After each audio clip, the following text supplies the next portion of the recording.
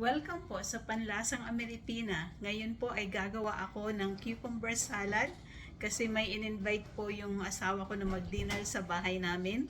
Kaya samahan niyo po ako sa paggawa ko ng cucumber salad. Ito po yung mga ingredients natin sa ating cucumber salad. Hiniwa-hiwa ko na po yung cucumber. At ito po yung tomatoes niya. Tinanggal ko po yung skin saka yung seeds. At ito po yung sauce na yung dressing na ginawa ko.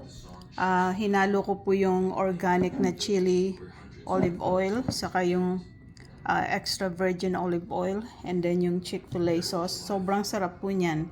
At nilagyan ko po siya ng sesame seed at lalagyan ko din po siya ng feta cheese. Ito po yung malaking bowl.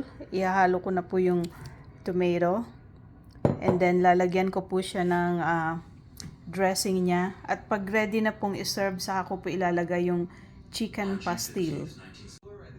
Ito po, nilagay ko na po yung dressing niya, saka yung feta cheese at imimix ko na po yan.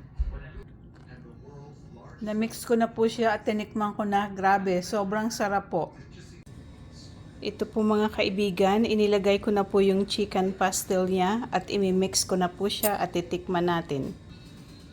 Ayan po, well mixed na siya. Ito po mga kaibigan, titikman ko na po yung ating cucumber salad. Kain po tayo.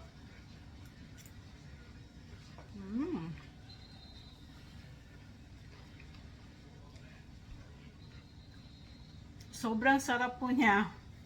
At napaka-healthy pa. Pwede rin palang ihalo yung chicken pastil sa cucumber salad. Sobrang malasa po siya. I-try nyo po ito sa mga bahay nyo at napakamura pa niya. At yung cucumber niya, mura lang din siya. Maraming salamat po sa mga patuloy na sumusuporta sa akin at nagpa-follow, nagla-like at nag-heart sa mga aking videos at reels. Na-appreciate ko po kayong muli. At abangan nyo po ang susunod na paglipad ni Darna!